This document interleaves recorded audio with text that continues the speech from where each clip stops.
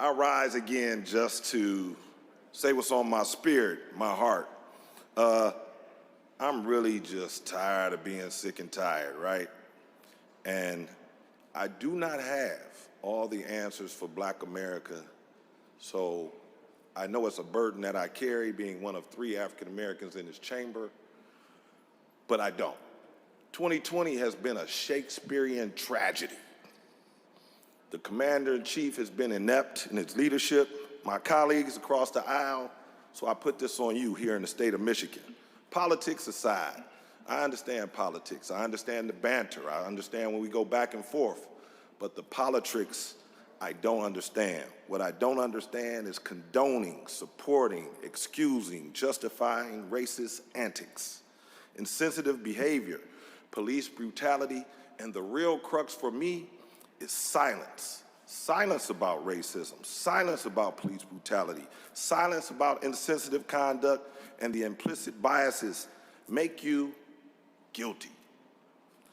Racism is an issue you cannot be silent on. You cannot say I'm not a racist and sit on the sidelines. When you get up and you speak and preach about leadership, honesty, honor, and communication, if you are unwilling to speak up for those who are subjugated to these injustices, how can you in good conscience say you speak for the people? We are all the people. Black people are people. The last few months have been filled with injustice. Arbery down in Georgia, Shatina Diggins in Washtenaw County, and of course, George Floyd's death in Minnesota.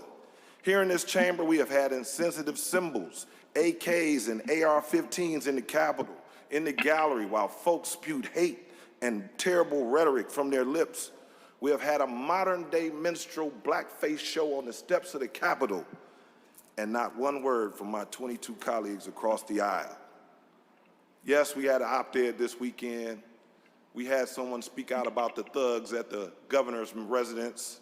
We even had someone call them names. But yet, many of you went to frolic with them while they're spitting these racial epithets.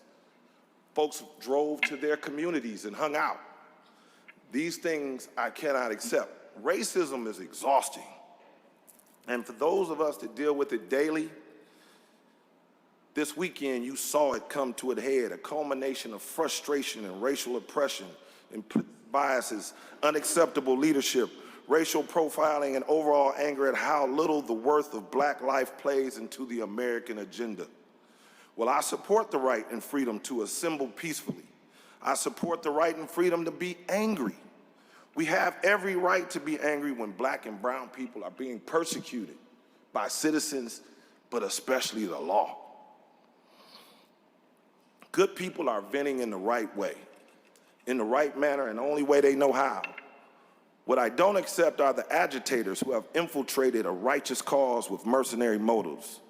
I don't accept, yet I completely understand, because we are not being heard or valued. So you get an explosion, an outlet to destroy something or someone. To those individuals, I say it's okay to be angry, but let's be angry with a strategy. Tearing up our own communities has never been the answer.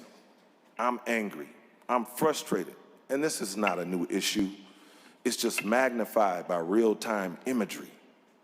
Since the day Honorable Coleman Young sat in his chamber and ventured on to Detroit, the mayor, he hired the first African-American police chief, William Hart, and they dismantled stress. For those of you that know what stress is, the big foe. They came in the community and they kicked butt. So sometimes we have to look at